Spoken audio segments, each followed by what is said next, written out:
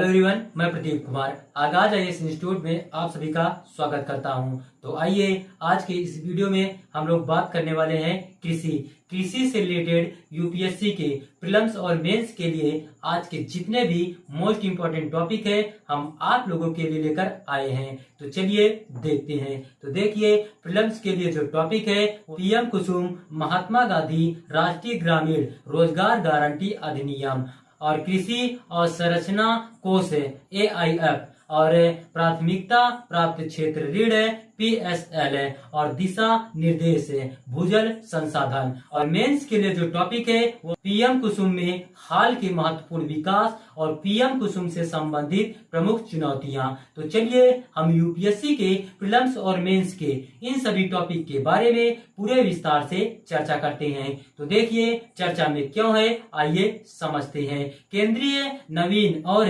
नवीकरणीय ऊर्जा मंत्री ने लोकसभा में एक लिखित प्रतिक्रिया के माध्यम से प्रधानमंत्री किसान ऊर्जा सुरक्षा एवं उत्थान महाभियान पीएम कुसुम योजना की वर्तमान स्थिति प्रस्तुत की। पीएम कुसुम योजना क्या है, आइए हम लोग देखते हैं। सबसे पहले हम लोग इसका परिचय जानते हैं। तो देखिए, पीएम कुसुम भारत सरकार द्वारा वर्ष 2019 में शुरू की गई एक प्रमुख योजना है जिसका प्राथमिक उद्देश्य सौर ऊर्जा समाधानों को बढ़ावा देकर कृषि क्षेत्र में बदलाव लाना है। यह मांग संचालित दृष्टिकोण पर कार्य करती है। विभिन्न राज्यों और केंद्र शासित प्रदेशों यूटी ने प्रांत मांगों के आधार पर क्षमताओं का आवंटन किया जाता है। विभिन्न घटकों और वित्तीय सहायता के माध्यम से पीएम कुसुम का लक्ष्य 31 मार्च 2026 तक 30.8 गीगावाट की महत्वपूर्ण सौर ऊर्जा क्षमता वृद्धि हासिल करना है। पीएम कुसुम का उद्देश्य क्या है, आइए देखते हैं। तो देखिए, कृषि क्षेत्र का डिजिटलाइजेशन है। इस योजना का उद्देश्य सौर ऊर्जा संचालित पंपों और अन्य नवीकरणीय ऊर्जा स्रोतों के उपयोग को प्रोत्साहित करके सिंचाई के लिए डीजल पर निर्धारित को कम करना है। इसका उद्देश्य सौर पंपों के उपयोग के माध्यम से सिंचाई लागत को कम करके और उन्हें ग्रिड को अधिशेष सौर ऊर्जा बेचने में सक्षम बनाकर किसानों की आय में वृद्धि करना है।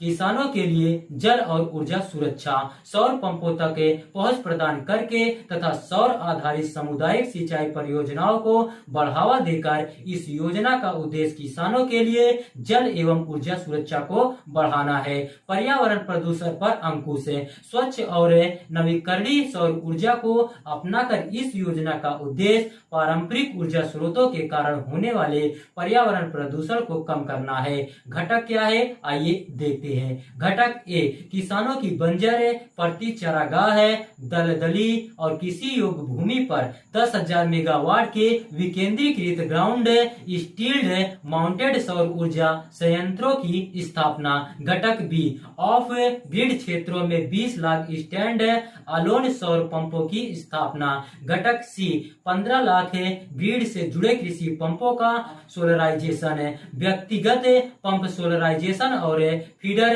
Level solarisation. हाल के महत्वपूर्ण घटनाक्रम क्या है, आइए देखते हैं। तो देखिए, योजना की अवधि का विस्तार, किसानों को सौर ऊर्जा समाधानों को व्यापक रूप से अपनाने की सुविधा प्रदान करने के लिए पीएम कुसुम को 31 मार्च 2026 तक बढ़ा दिया गया है। राज्य स्तरीय निविदा, स्टैंड अलोन सौर पंपों की खरीद के लिए राज्य स्तरीय निविदा की अनुमति है जिससे प्रक्रिया अधिक सुव्यवस्थित और कुशल हो गई है।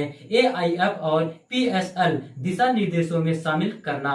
पीएम कुसुम के अंतर्गत पंपों के सौरीकरण को भारतीय रिजर्व बैंक के कृषि अवसंरचना कोष AIF और प्राथमिकता क्षेत्र ऋण PSL दिशा निर्देशों में शामिल किया गया है। नोट, आइए देखते हैं। कृषि अवसंरचना कोष AIF फसल कटाई के बाद प्रबंधन, बुनियादी ढांचे और सामुदायिक कृषि परिसंपत्तियों के निर्माण के लिए 8 जुलाई 2020 को प्रारंभ की गई एक वित्त पोषण सुविधा है। इस योजना के अंतर्गत वित्तीय वर्ष 2025-26 तक 1 लाख करोड़ रुपए का वितरण किया जाना है तथा साथ ही वर्ष 2032-33 तक ब्याज छूट एवं क्रेडिट गारंटी सहायता दी जाएगी। प्राथमिकता क्षेत्र ऋण PSL क्या है, आइए देखते हैं। RBI बैंकों को अपने धन का एक निश्चित भाग कृषि, सूक्ष्म, लघु और मध्यम उद्यम MSMES, निर्यात ऋण, शिक्षा, आवास और सामाजिक बुनियादी ढांचे, नवीकरणीय ऊर्जा जैसे निर्दिष्ट क्षेत्रों को उधार देने के लिए बाध्य करता है। सभी अनुसूचित वाणिज्यिक बैंकों तथा विदेशी बैंकों भारत में विस्तृत उपस्थिति के साथ को इन क्षेत्रों को ऋण देने के लिए अपने समायोजित नेट बैंक क्रेडिट ANDC का 40% अलग रखना अनिवार्य है। प्रमुख चुनौतियां क्या है, आइए देखते हैं।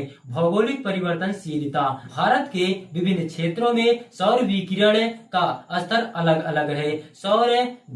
जो सौर प्रतिष्ठानों की दक्षता तथा प्रदर्शन को प्रभावित कर सकता है। इसके अतिरिक्त सौर पंपों की प्रभावशीलता पर्याप्त सूर्य के प्रकाश पर निर्भर है, जो घने बादलों की अवधि के दौरान या लंबे समय तक मानसून वाले क्षेत्रों के लिए चुनौतीपूर्ण हो सकता है। भूमि की उपलब्धता एवं एकत्रीकरण, सौर परियोजनाओं के लिए उपयुक्त भूमि की उपलब्धता एवं खंडित भूमि खंडों का एकत्रीकरण बड़े पैमाने पर सौर ऊर्जा स्थापित करने में चुनौतियां उत्पन्न करती हैं। भूमि अधिग्रहण तथा एकत्रीकरण में समय लग सकता है, साथ ही इससे परियोजना के निष्पादन में देरी हो सकती है। अपर्याप्त ग्रिड अवसंरचना, उन क्षेत्रों में जहां ग्रिड अवसंरचना कमजोर या अविश्वसनीय है, ग्रिड से सौर ऊर्जा को एकीकृत करना अधिक चुनौतीपूर्ण हो सकता है। यह योजना के लाभों को सीमित कर सकता है, विशेष रूप से उन किसानों के लिए जो अधिशेष और ऊर्जा को ग्रिड में वापस बेचना चाहते हैं। जल विनियमन का अभाव, सौर पंपों को अपनाने के साथ सिंचाई की मांग में वृद्धि हो सकती है, क्योंकि किसानों को भूमिगत स्रोतों से जल को पंप करना अधिक सुलभ और लागत प्रभावी लगता है। उचित जल प्रबंधन प्रथाओं की अनुपस्थिति सौर पंपों के माध्यम से अधिक जल निकासी को बढ़ा सकती है तथा भूजल संसाधनों की दीर्घकालिक स्थिरता को प्रभावित कर सकती है। आगे की राह क्या है, आइए देखते हैं। तो देखिए, मोबाइल सोलर पंपिंग है। मोबाइल सोलर पंप स्टेशन लागू करने चाहिए, जिन्हें सिंचाई आवश्यकताओं के आधार पर विभिन्न स्थानों पर ले जाया जा सके।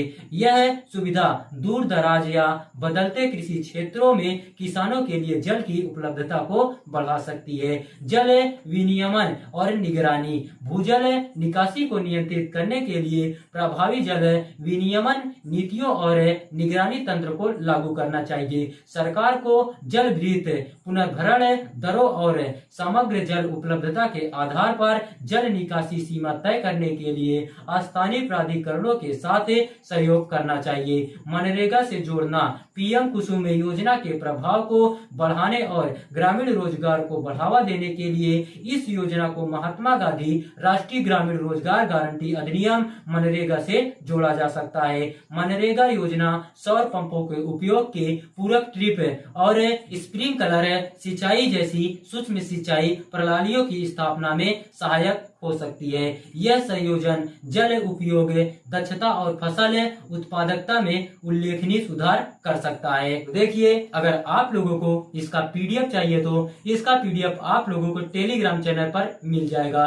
टेलीग्राम चैनल का नाम है आगाज IAS इंस्टीट्यूट और टेलीग्राम चैनल का लिंक हम इस वीडियो के डिस्क्रिप्शन में भी दे देंगे। आप यहाँ से भी जाकर टेलीग्राम चैनल को ज्वाइन कर सकते हैं और PDF डाउनलोड कर सकते हैं।